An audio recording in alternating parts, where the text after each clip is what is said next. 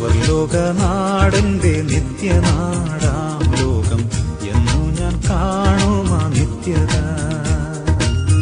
ഹായൻ പ്രേമമേ ഹാമേ ലോകമേ, ഹായൻ പ്രേമമേ ഹാമേ ലോകമേ എന്നു ഞാൻ കാണുമാ നിത്യത, എന്നു ഞാൻ കാണുമാ നിത്യത. Praise the Lord. ഗ്രേസ് മിനിസ്ട്രീസിൻ്റെ സ്വാതന്ത്ര്യ സന്ദേശമെന്ന ഞങ്ങളുടെ TV പ്രോഗ്രാമിലേക്ക് സഹൃദരായ എല്ലാ ശ്രോതാക്കളെയും ഞങ്ങൾ ദൈവനാമത്തിൽ സ്വാഗതം ആശംസിക്കുന്നു. ഞങ്ങളുടെ ടീമിൻ്റെ വന്ദനം അറിയിക്കുന്നു. നിങ്ങളും ഞങ്ങളുടെ ഈ ശുശ്രൂഷയിൽ പങ്കാളികളാകും എന്ന് ഞാൻ കരുതിയിരിക്കുന്നു, വിശ്വസിച്ചിരിക്കുന്നു. തുടർമാനമായി കാണുന്ന ധാരാളം പേരുണ്ട്. അവരോർ ദൈവത്തെ സ്തുതിക്കുകയും നിങ്ങളിതിനു വേണ്ടി പ്രാർത്ഥിക്കുകയും ചെയ്യണമെന്ന് നിങ്ങളോട് അഭ്യർത്ഥിക്കുന്നു. അതോടൊപ്പം ഈ വേലയിൽ എനിക്കും ഒരു എപ്പിസോഡ് 2 എപ്പിസോഡ് ചെയ്യണമെന്ന് തോന്നിയാൽ ഇത് നിങ്ങൾക്ക് നല്ലൊരു അവസരമാണ്. ഒരാളൊരു എപ്പിസോഡ് സ്പോൺസർ ചെയ്താൽ അവരുടെ പേരിലാണ് അത് ദൈവസന്നിധിയിൽ കണക്കിടുന്ന കാര്യം പറയുകയാണെങ്കിൽ ആർക്ക് വേണമെങ്കിലും വായിച്ചു നോക്കാവുന്നതാണ്. ഫിലിപ്പിയർലേഖനം 4:16-17 വാക്യങ്ങൾ. അത് നിങ്ങളുടെ പേര് കണക്കിട്ടു എന്നാണ് പൗലോസ് എഴുതിയിരിക്കുന്നത്. എന്ന് പറഞ്ഞാൽ നമ്മുടെ അക്കൗണ്ടിൽ ചേർന്നു എന്നാണ്. നാം വിചാരിക്കും ഭൂമിയിൽ മാത്രമേ അക്കൗണ്ടുള്ളൂ എന്നല്ല, സ്വർഗത്തിലും അക്കൗണ്ടുണ്ട്. ഉണ്ട് ഉറപ്പാണ്. ഞാൻ ആ പ്രതീക്ഷയിലും പ്രത്യാശയിലുമാണ് ഈ ശുശ്രൂഷയിൽ ഇത്രയും ത്യാഗം സഹിക്കുന്നത്. അപ്പോൾ ആ അക്കൗണ്ട് ചേർക്കണമെങ്കിൽ, നിങ്ങൾക്കൊരു എപ്പിസോഡ് പോകണമെങ്കിൽ നിങ്ങൾക്ക് സഹായിക്കാം.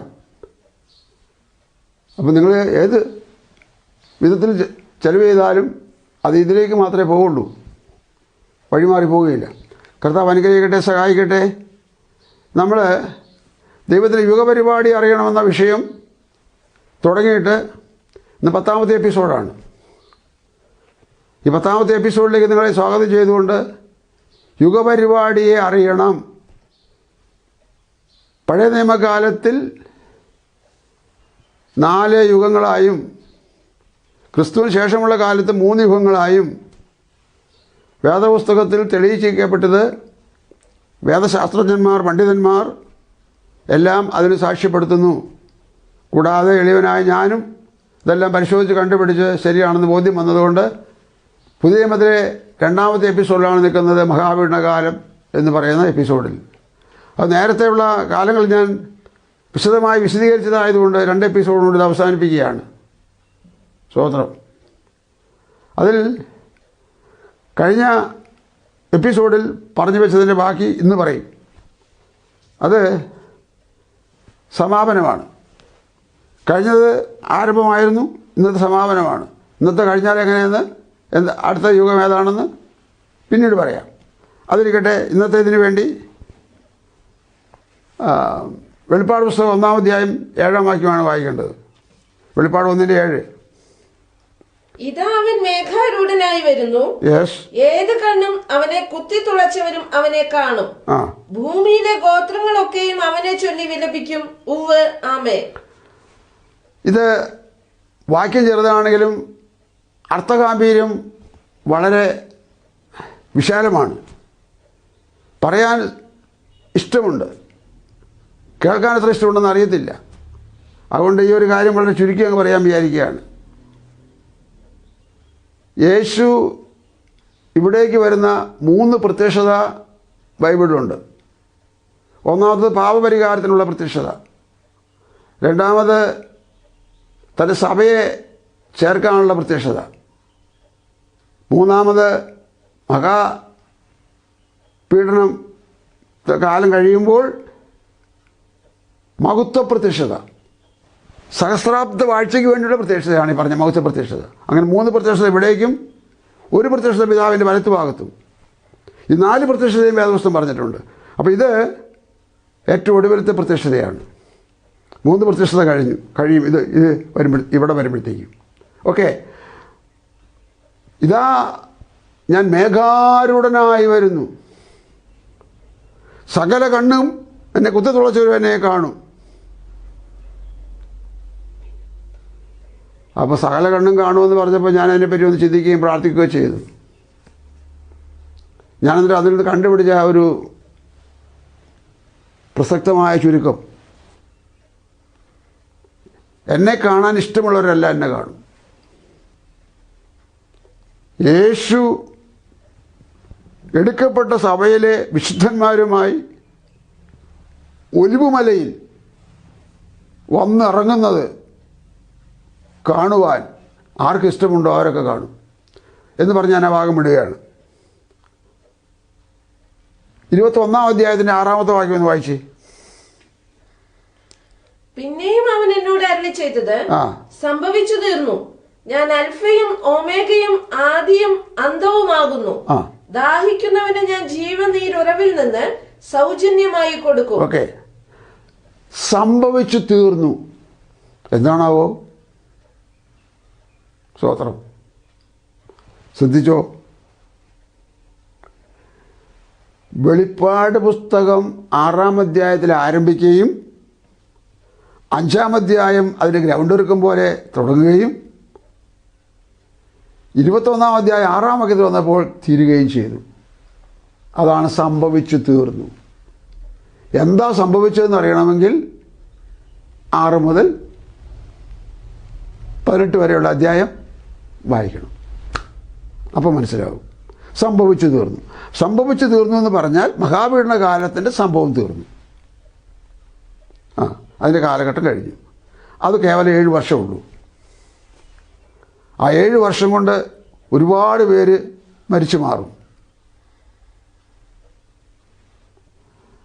അങ്ങനെയുള്ള ആ കാലഘട്ടം. അപ്പോൾ ഏത് കണ്ണുവനെ കുത്തി തുളച്ചവരും അവനെ കാണുമെന്ന് പറഞ്ഞല്ലോ. അവനെ കാണാത്തക്കവണ്ണം ഇത്ര ദാഹം, ആഗ്രഹം, താല്പര്യം ആർക്കാണുള്ളത്? 1-ാം അധ്യായത്തിന് 5-ാം വാക്യം ഒന്ന് വായിച്ചേ. 1-ന്റെ 5. വിശ്വസ്ത സാക്ഷിയും മരിച്ചവരിൽ ആദ്യജാതനും ഭൂരാജാക്കന്മാർക്ക് അധിപതിയുമായ യേശുക്രിസ്തുവിൽ നിന്നും. മതി. ഭൂരാജാക്കന്മാർക്ക് അധിപതിയാണ്. യേശു ഈ ഭൂരാജാക്കന്മാർക്ക് അധിപതി എന്നൊക്കെ പറഞ്ഞാൽ എന്താ? സ്വർഗീയ സ്ഥാനത്ത് നിന്ന് ഭൂമിയിലേക്കുള്ള എഴുന്നള്ളത്ത്, ഘോഷയാത്ര കാണണോ, കേൾക്കണോ? പിന്നീട് വായിച്ചു നോക്കൂ. വെളിപ്പാട് 19-ലുണ്ട്. ആരൊക്കെയുണ്ട് അതൊക്കെ അതിനകത്തുണ്ട്. ഇതൊക്കെ നേരത്തെ പറഞ്ഞു കഴിഞ്ഞിട്ടുള്ള കാര്യങ്ങളാണ്. സമയത്തിൻ്റെ പരിമിതി ഇതിനകത്തുണ്ട് താനും. അതുകൊണ്ട് കേൾക്കുക, യേശുവിനെ കാണാൻ ആഗ്രഹിക്കുന്നവർ 1-ാം അധ്യായത്തിൽ യേശുവിനെ കണ്ട യോഹന്നാൻ അപ്പോസ്തലൻ മരിച്ചവനെ പോലെ അവൻ്റെ കാൽക്കൽ വീണു. ആ ശരീരത്തിലിരുന്നു കൊണ്ട് അവനെ കാണാൻ പറ്റത്തില്ല. ഈ ശരീരത്തിലിരുന്നു കൊണ്ടും കാണാൻ പറ്റത്തില്ല. ഈ ശരീരം വിട്ട് അക്ഷയമായ ശരീരം വിശുദ്ധന്മാർക്ക് കിട്ടുമ്പോൾ അവരെ സ്വർഗത്തിൽ കൊണ്ടുപോയി പ്രതിഫലം കൊടുത്താനന്തരം ഭൂമിയിലേക്ക് വരുമ്പോൾ അവർക്ക് യേശുവിനെ കാണാം. സ്തോത്രം. അപ്പം അതുകൊണ്ട് അങ്ങനെ മനസ്സിലാക്കാൻ ദൈവം നിങ്ങളെ സഹായിക്കട്ടെ. ആ 21:6 വായിച്ചത് സംഭവിച്ചു തീർന്നു എന്നാണ്. തീർന്നു എന്ന് പറയുമ്പോൾ ഒരാരംഭം ഉണ്ടായിരുന്നെന്ന് അർത്ഥമില്ലേ? ആരംഭവും തുടർച്ചയും കഴിഞ്ഞാൽ അത് അവസാനിച്ചു എന്നാ. ഒരു കാര്യത്തിന് ഒരു ആരംഭമുണ്ടെങ്കിൽ അതിൻ്റെ അവസാനമുണ്ട്. കാര്യങ്ങൾ ഇങ്ങനെ ഒന്ന് ചിട്ടയിൽ മനസ്സിലാക്കാൻ എന്താ ബുദ്ധിമുട്ട്? നമുക്കൊരു ആവശ്യബോധം ഉണ്ടായാൽ പോരെ, നമുക്കൊരു താല്പര്യം ഉണ്ടായാൽ പോരെ. ഇത് വേണ്ടാത്തവർക്ക് ഇതൊന്നും പറഞ്ഞിട്ട് കാര്യമില്ല. എന്ത് പറഞ്ഞിട്ട് കാര്യമില്ല. യേശു പോലും പറഞ്ഞ് മടുത്തുപോയി. സഭകളോട് പറഞ്ഞപ്പോഴും മടുത്തുപോയി. വെളിപ്പാട് പുസ്തകം ആദ്യത്തെ 3 അധ്യായത്തിൽ സഭകൾക്ക് ദൂതെഴുതുന്നുണ്ട്. ദൂതെഴുതാൻ യോഹന്നാനെ ഏൽപ്പിച്ചു. ഓരോ ദൂതും പറഞ്ഞ് അവസാനിപ്പിക്കുമ്പോൾ ഇങ്ങനെ പറയുന്നത്, ആത്മാവ് സഭകളോട് പറയുന്നത് എന്തെന്ന് ചെവിയുള്ളവൻ കേൾക്കട്ടെ. യേശു നേരിട്ട് സംസാരിച്ച സമയത്തും യേശു ഇങ്ങനത്തെ പദം പറഞ്ഞിട്ടുണ്ട്. എന്ത്? ചെവിയുള്ളവൻ കേൾക്കട്ടെ. ഇത് വളരെ ആൾക്കാർക്കും അരോചകമാണ്, അല്ലെങ്കിൽ ഒരു രുചികരമല്ല. മഹാന്മാരായ ഭക്തന്മാർക്കിത് രുചികരമാണ്. അതിലൊരു അംശമായി എനിക്ക് രുചികരമാണ്. ഈ പ്രായത്തിൽ ഞാനിത് എത്ര ഉത്സാഹത്തോടെ സന്തോഷത്തോടെ ചെയ്യുന്നറിയാമോ? എൻ്റെ മക്കളിൽ ഒരാൾ പറഞ്ഞു, എൻ്റെ 3 മക്കളാണ് ഉള്ളത്, പറഞ്ഞു ഇവിടുന്ന് പോകുമ്പോഴേ ശരീരത്തിൽ നിന്ന് ഭൂമിയിൽ നിന്ന് പോകുന്ന കാര്യം പറയാ, ഒരു തമാശയാണ്, എന്നാലും ഈ കൃപയും ഈ ജ്ഞാനവും ഓർമ്മയും ഞങ്ങൾക്ക് തന്നിട്ട് പോകണമെന്ന്. സ്തോത്രം, സ്തോത്രം. പോകുന്നതിന് മുമ്പ് തരാമെന്ന് പറഞ്ഞ് ഞങ്ങൾ തമാശ ഒഴിവാക്കി. ഞാൻ പറഞ്ഞു വന്നത്, മറ്റ് പല ശ്രോതാക്കളായ ആൾക്കാർ അത് വീണ്ടും ഒന്നുകൂടെ കേൾക്കണമെന്ന് ആവശ്യപ്പെട്ടുകൊണ്ട് എനിക്ക് ടെലിഫോൺ ചെയ്യാറുണ്ട്. വീണ്ടും ഒന്നുകൂടെ പ്രക്ഷേപണം ചെയ്യാനായി ആവശ്യപ്പെടുന്നവരുണ്ട്. ലിങ്ക് അയച്ചു കൊടുത്തും നേരിട്ട് ടെലിഫോണിൽ പറഞ്ഞും ഓൺലൈനായി പറഞ്ഞ് ഒത്താൽ വീണ്ടും പ്രക്ഷേപണം ചെയ്യാൻ ഇതിൻ്റെ ചാനലുകാരോട് പറഞ്ഞ്, ഇതൊക്കെ നിങ്ങളെ സ്നേഹിക്കുന്ന നിർമ്മല സ്നേഹത്തിൽ, നിർവ്യാജ സ്നേഹത്തിൽ, നിഷ്കളങ്ക സ്നേഹത്തിൽ നിന്ന് നിവർത്തിച്ച് വരുന്നുണ്ട്. സ്തോത്രം. എങ്ങനെയും നിങ്ങൾ സന്തുഷ്ടരാകട്ടെ, സന്തോഷരാകട്ടെ, നിങ്ങൾ ഒരു വിടുതൽ പ്രാപിക്കട്ടെ. എല്ലാറ്റിലും ഉപരിയായി ആഴത്തിലുള്ളൊരു കാര്യം, നിങ്ങൾ നരകത്തിൽ നിന്ന് ഒഴിഞ്ഞു പോരട്ടെ.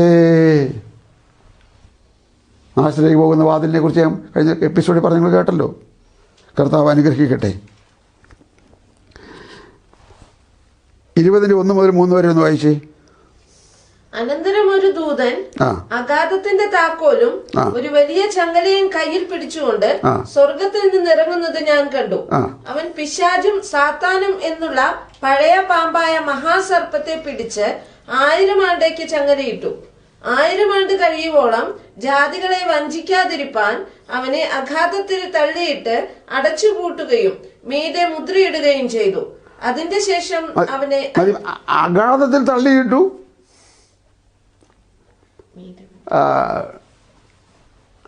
മീതെ അടച്ചുപൂട്ടി, മുദ്രയിട്ടു. കള്ളപ്രവാചകനെ, പൈശാചിക ശക്തിയെ മുഴുവനും,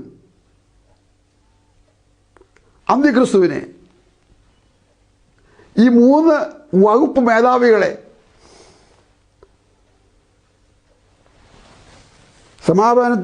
മഹാപീഡനകാലത്തിൻ്റെ സമാപനത്തിൽ അടച്ചുപൂട്ടി.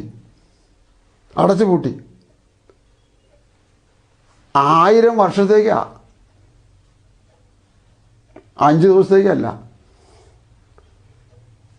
5 വർഷത്തേക്കല്ല, 50 വർഷത്തേക്കല്ല.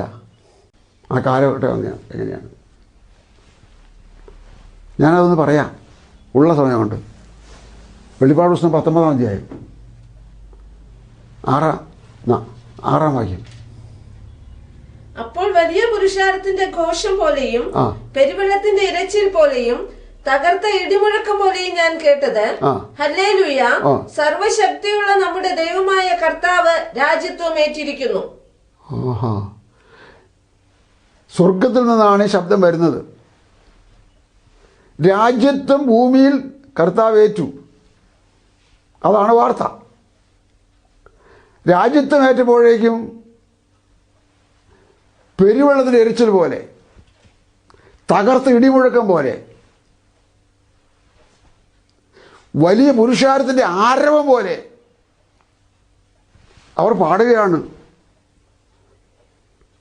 അവർ അന്യോന്യം സംസാരിക്കുകയാണ്, അതിനെ ഒച്ച വയ്ക്കുകയാണ്. അതിൻ്റെ തുടക്കത്തിലും മധ്യത്തിലും ഒടുക്കത്തിലും ഒക്കെ അവർ പാടുകയാണ്, ഹല്ലേലൂയ. എന്താണ് ഇവർക്ക് ഇത്ര സന്തോഷം? എനിക്കത് പിടികിട്ടിയിട്ടില്ല. എങ്കിലും എൻ്റെ ഒരു സ്വന്തമായ ധാരണയിൽ ഞാൻ പറയാം, ഭൂമിയിലേക്ക് കിടന്ന് കഷ്ടപ്പെടുന്ന ആൾക്കാരെ കണ്ടിട്ട് കേട്ടിട്ട് ഓർത്തിട്ട് അവർക്ക് പോലും, അവർക്കെന്ന് പറഞ്ഞാൽ സഭയാകുന്ന സൗധത്തിന്, ദൂതസൈന്യത്തിന്, അങ്ങനെ സ്വർഗത്തിലെ ഏതെല്ലാം ജീവജാലങ്ങൾ എന്ന പോലെ ഉണ്ടോ അവർക്കെല്ലാം ഒരു വലിയ ശബ്ദം കേട്ടു. അവർ സംഭവിച്ചു തീർന്നു, പീഡനങ്ങൾ തീർന്നു, യേശു രാജ്യമേൽക്കുന്നു, യേശു ഭരണമേൽക്കുന്നു. ഞാനിങ്ങനെ വളരെ കുസൃതിപരമായി ചിന്തിച്ചു പോവുകയാണ്. യേശു ഈ ലോക ഭരണം ഏറ്റെടുത്തത് കണ്ടപ്പോൾ സ്വർഗത്തിൽ ഇത്രയും ആരവമുണ്ടായല്ലോ. തകർത്ത ഇടിമുഴക്കം പോലെ, പെരുവെള്ളത്തിൽ എരിച്ചിൽ പോലെ, വലിയൊരു പുരുഷാരത്തിൻ്റെ ഘോഷം പോലെ ഹല്ലേലൂയ പാടിക്കൊണ്ട് ഒരു വലിയ പെരുന്നാൾ പ്രതീതി അവിടെ കാണുന്നല്ലോ. ഭൂമിയിലുള്ള മനുഷ്യർക്ക്, അങ്ങോട്ട് പോകാനിരിക്കുന്നവർക്ക്, ഇന്ന് പോകാൻ ഒരുങ്ങിക്കൊണ്ടിരിക്കുന്നവർക്ക് ഇതിൻ്റെ 10-1 സംശയിച്ചു പോവുകയാണ്. അവർക്ക് ഇത്രയും വീരശൂര പരാക്രമം പോലെ. സ്തോത്രം. 19-20 ഒന്ന് വായിച്ചു നോക്കുക. മൃഗത്തെയും അതിന്റെ മുമ്പാകെ താൻ ചെയ്ത അടയാളങ്ങളാൽ മനുഷ്യരെ ചതിച്ച് മൃഗത്തിന്റെ മുദ്ര ഏൽപ്പിക്കുകയും അതിന്റെ പ്രതിമയെ നമസ്കരിപ്പിക്കുകയും ചെയ്ത കള്ളപ്രവാചകനെയും പിടിച്ചുകെട്ടി ഇരുവരെയും ഗന്ധകം കത്തുന്ന തീപ്പൊയ്കയിൽ ജീവനോടെ തള്ളിക്കളഞ്ഞു. പിശാചിനെ, അന്ത്യക്രിസ്തുവിനെ, കള്ളപ്രവാചകനെ പിടിച്ചുകെട്ടി. അങ്ങനെ ഭൂമി എത്ര മനോഹരമായി എന്നറിയാമോ? അയ്യോ, പറഞ്ഞു നിൽക്കാൻ സമയമില്ല. സ്തോത്രം. യേശു വരുന്നതും ഒലിവുമലയിൽ ഇറങ്ങുന്നതും, ഈ ഒലിവുമലയിൽ ഇറങ്ങാൻ ആ മലയുടെ പേര് പറയാൻ കാരണം ഞാൻ തേടി കണ്ടുപിടിച്ചത്, യേശു പോയത് ഒലിവുമലയിൽ നിന്നാണ്. അതിന് അവിടെ തന്നെ വന്നോളണമെന്നുണ്ടോ? അതെ, അത് അവിടുത്തെ തീരുമാനമാണ്. അവിടെ തന്നെ വന്നു, അവിടെ തന്നെയാണ് വന്നത്. പിന്നെ അങ്ങനെ സംശയം പൂർണ്ണമായി തീരണമെങ്കിൽ പോയപ്പോൾ, യേശു ഒലിവുമലയിൽ നിന്ന് പോയപ്പോൾ മാലാഖമാരായ ദൂതന്മാർ പറഞ്ഞില്ലേ, ഗലീലയിലെ ശിഷ്യന്മാരായവരെ, നിങ്ങൾ ആകാശത്തേക്ക് ഉറ്റുനോക്കി നിൽക്കുന്നത് എന്ത്? നിങ്ങളെ വിട്ട് സ്വർഗ്ഗാരോഹണം ചെയ്ത യേശു സ്വർഗത്തിലേക്ക് പോകുന്നവരായി നിങ്ങൾ കാണുന്ന പോലെ തന്നെ അവൻ വീണ്ടും വരുമെന്ന് പറഞ്ഞ പോയ സ്ഥലത്ത് തന്നെ വരുമെന്നൊരർത്ഥം എടുത്താൽ ഒലിവുമലയിൽ തന്നെ വന്നു. അങ്ങനെ യേശു പോയി വന്നു. ശരി, 2 തിമോഥെയോസ് 2:8 ഒന്ന് വായിച്ച്. 2 തിമോഥെയോസ് 2:8. ദാവീദിന്റെ സന്തതിയായി ജനിച്ച് മരിച്ചിട്ട് ഉയർത്തെഴുന്നേറ്റിരിക്കുന്ന യേശു ക്രിസ്തുവിനെ ഓർത്തുകൊള്ളുക, അതാകുന്നു എന്റെ സുവിശേഷം. 1 തിമോഥെയോസ് 2:8 കൂടെ വായിച്ച്. ആകയാൽ പുരുഷന്മാരെല്ലായിടത്തും 11 വാക്യം വായിച്ചാൽ മതി. സ്ത്രീ മൗനം. നമുക്ക് ആ ഭാഗം വിടാം. യേശു ഈ ഭൂമിയിലേക്ക് രാജ്യഭരണത്തിന് വേണ്ടി വരുന്ന ഒരു സംഭവം നമുക്കൊന്ന് നോക്കി അവസാനിപ്പിക്കാം. ആ ഒരു സംഭവം ദാനിയേലിൻ്റെ പുസ്തകത്തിൽ പോകാം. ദാനിയേലിൻ്റെ പുസ്തകം 7:18 ഒന്ന് വായിക്കാം. 7:18. എന്നാൽ അത്യുന്നതനായവന്റെ വിശുദ്ധന്മാർ രാജ്യത്വം പ്രാപിച്ച് എന്നേക്കും സദാകാലത്തേക്കും രാജ്യത്വം അനുഭവിക്കും. അത്യുന്നതനായ വിശുദ്ധന്മാർ അവരുടെ പേര് കേട്ടോ, വിശുദ്ധന്മാർ. നമ്മുടെ പ്രാർത്ഥനയുടെ തുടക്കത്തിലും ഒടുക്കത്തിലും മധ്യത്തിലും എല്ലായ്പ്പോഴും നമ്മളെന്താ പറയാറുള്ളത്?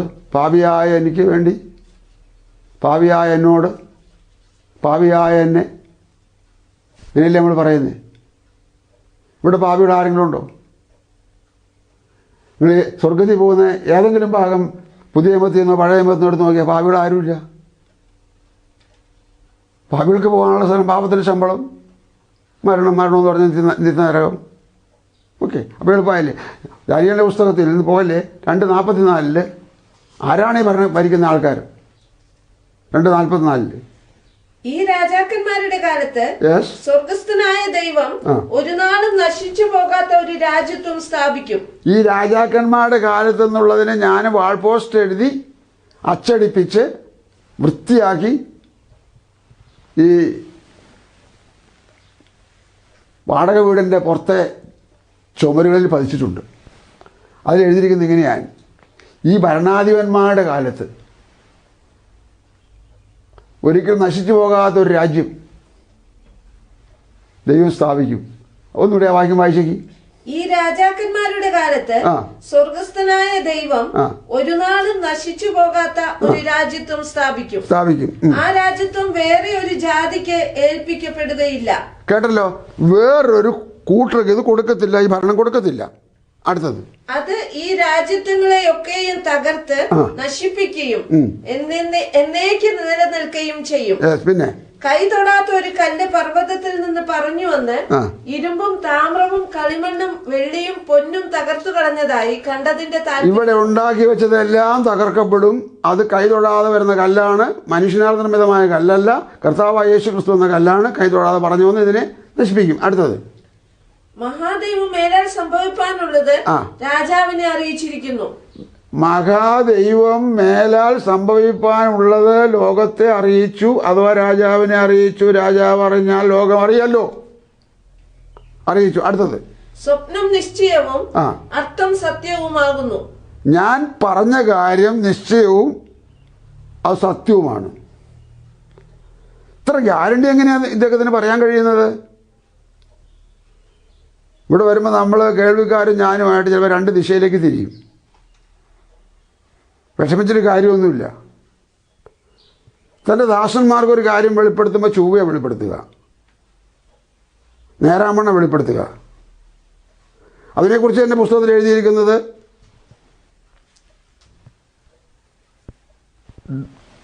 ദർശനമില്ലാത്ത സമയം, അത് വെളിപ്പാടില്ലാത്തയിടത്ത് ജനം മര്യാദ വിട്ട് നടക്കുന്നു.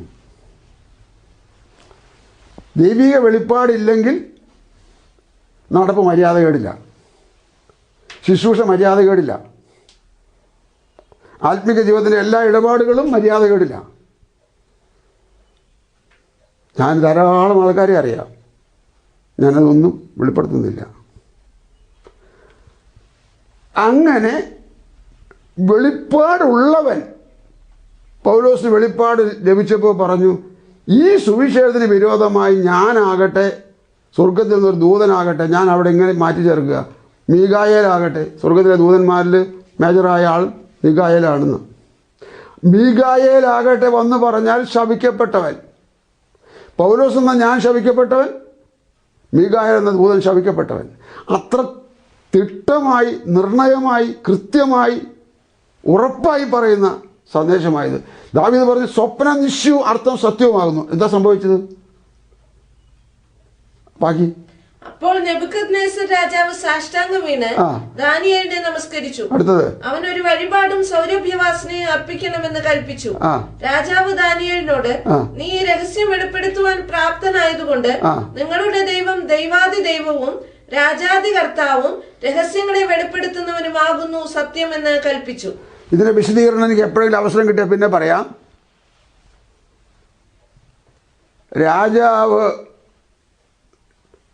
മുട്ടുകുത്തി നിലത്ത് വീണ് ഈ അടിമ യുവാവിനെ നമസ്കരിച്ചു. ആർക്കാണ് ഇതൊക്കെ മനസ്സിലാക്കാൻ കഴിയുന്നത്, ഇതൊക്കെ അംഗീകരിക്കാൻ കഴിയുന്നത്?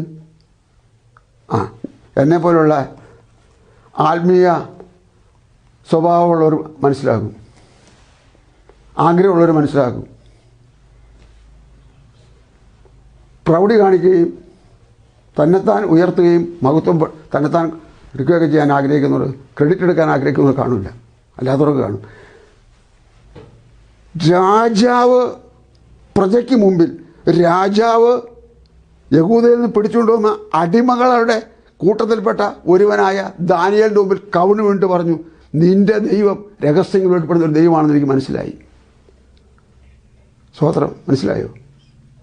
ഇതാ സുവിശേഷം, ഇതാ വചനം. രാജാവിൻ്റെ ഹൃദയത്തിൽ തോന്നലുണ്ടായി, എന്തൊക്കെയായിരിക്കും ഭാവികാൽ സംഭവിക്കാൻ പോകുന്നത്. ശരി, അവനെ തന്നെ ഫലപ്പെടുത്തിയേക്കാം. അവനെ എന്നെ വെളിപ്പെടുത്താൻ എല്ലാ മന്ത്രവാദികളും ആഭിചാരന്മാരും ശൗനവാദികളും ക്ഷുദ്രക്കാരും വന്ന് എല്ലാവരും തോറ്റ് തൊപ്പിയിട്ടു. അപ്പോൾ ആരോ ഒരാൾ പറഞ്ഞു, ഇങ്ങനെ ഒരു യുവാവുണ്ട്, അവനെ വിളിച്ചാൽ കിട്ടും, ചിലപ്പോൾ കിട്ടും. അവൻ വന്നു, കേട്ടു, സ്വപ്നമെല്ലാം കേട്ടു, പോയി പ്രാർത്ഥിച്ചിട്ട് വന്ന് പറഞ്ഞു, സമാപനത്തിലെ കൺക്ലൂഡിങ് ഉപസംഹാരം, സ്വപ്ന നിശ്ചയവും അർത്ഥം സത്യവും. ഇങ്ങനെ പറയുന്ന ദൈവത്തിൽ നിന്ന് പ്രാപിച്ച മനുഷ്യർ ഭൂമിയിൽ ഇന്നും ധാരാളമുണ്ട്. അർത്ഥസംഖ്യയ്ക്ക് ഇടയില്ലാതെ, ലജ്ജയില്ലാതെ, ഭയമില്ലാതെ പറയട്ടെ, ആ ധാരാളമുള്ള ആൾക്കാരിൽ ഒരു പാവപ്പെട്ടവനാണ് ഞാനും. എന്തെങ്കിലും പറയണമെങ്കിൽ കാര്യം പറയണം, കൃത്യം പറയണം, പദ്യമായത് പറയണം, വ്യക്തമാക്കി പറയണം, അത് ഉറപ്പാക്കി പറയണം. നിർത്തട്ടെ, അവസാനിപ്പിക്കട്ടെ. സ്വതന്ത്രം മനസ്സിലാക്കുക. ഈ രാജ്യം ഭരിക്കുന്നത് ആരാണ്? 44-ാം വാക്യത്തിൽ മറ്റൊരു ജാതിക്ക് ഏൽപ്പിക്കപ്പെടുകയില്ല. സകല ഉന്നതന്മാരെയും അടിയറ വെപ്പിച്ചു. മുമ്പൊരിക്കൽ ഞാൻ പറഞ്ഞില്ലേ, കോടതിയില്ല, പോലീസ് സ്റ്റേഷനില്ല. ഇവിടുത്തെ ഭരണാധിപന്മാർ ആരുമില്ല. എല്ലാ രാഷ്ട്രീയക്കാരും ഓർത്തുകൊള്ളുക, ഇതിൻ്റെ അധിക കാലം നിങ്ങൾക്ക് ഭരിക്കാൻ ഒക്കത്തില്ല. ഇവിടെ ഒക്കത്തില്ല. എത്രയൊക്കെ നിങ്ങൾ സത്യമായിട്ടോ നീതിയായിട്ടോ അഴിമതിയായിട്ടോ വാരിക്കൂട്ടിയാലും എല്ലാം പൊളിയാൻ പോവുക. പൊളിയും. അധികം വൈകാതെ പൊളിയും. താനിടാത്ത മുട്ട പൊരുന്നിരിക്കുന്ന തിത്തിരിപ്പക്ഷിയെ പോലെ മധ്യാകാല നിങ്ങൾ വിട്ട് ഓടിപ്പോകും. ന്യായമായിട്ടല്ല സമ്പാദിച്ചതെല്ലാം ഓടിയും പോകും. ഒരു സംശയം വിചാരിക്കണ്ട. ചുരുക്കാം, അവസാനിപ്പിക്കാം, ഒറ്റ വാക്കിൽ പ്രാർത്ഥിക്കാം. ഈ വചനങ്ങൾ പഠിക്കാൻ, മനസ്സിലാക്കാൻ കർത്താവ് നിങ്ങൾ കൃപ നൽകട്ടെ. ദാഹവും വിശപ്പും ആഗ്രഹവും നൽകട്ടെ. സ്വർഗീയ പിതാവേ, യേശുവിൻ നാമത്തിൽ ഈ പകൽ പ്രാർത്ഥിച്ച ദൈവകരങ്ങളിലേക്ക് കാര്യം പരിമേൽപ്പിക്കുന്നു. കർത്താവേ, ഇത് കേട്ടവരായ എല്ലാവരും അവരുടെ പരിചയത്തിലും ബന്ധത്തിലും സ്വന്തത്തിലുമുള്ള ചാർച്ചക്കാരായ എല്ലാവരോടും ഇത് പറയുവാൻ, സംഭവിക്കാൻ പോകുന്ന വലിയ കാര്യം, സംഭവിച്ചു തുടങ്ങിയ വെളിപ്പാട് 5-ലെ കാര്യം, സംഭവിച്ചു തീർന്ന വെളിപ്പാട് 21-ലെ കാര്യം, എന്ത് സംഭവിക്കുമെന്ന് ചിന്തിച്ചപ്പോൾ രാജാവിന് വെളിപ്പെടുത്തിയ ഈ കാര്യം, മഹാരാജാവായിട്ട് അറിയപ്പെടുന്നതായി നമുക്കനേശ്വരന് വെളിപ്പെടുത്തിയ കാര്യം, വെളിപ്പെട്ട് കിട്ടിയ ഞങ്ങളിത് അന്യോന്യം പങ്കുവെക്കുമ്പോൾ ഈ ജനത്തിനത് ബോധ്യമാകാൻ കൃപ പകരണമേ, ജ്ഞാനം നൽകണമേ, താല്പര്യം നൽകണമേ, അവർക്കത് ഗ്രഹിപ്പിച്ചു കൊടുക്കണമേ. എല്ലാ പ്രശ്നങ്ങളിൽ നിന്നും അവരെ ആശ്വാസം നൽകി വിടുവിക്കണമേ. വിശുദ്ധ ജനത്തെ ചേർക്കുവാൻ രണ്ടാമതും വേഗം വരുന്ന യേശുക്രിസ്തുവിൻ ധന്യമായ നാമത്തിൽ തന്നെ. ആമേൻ.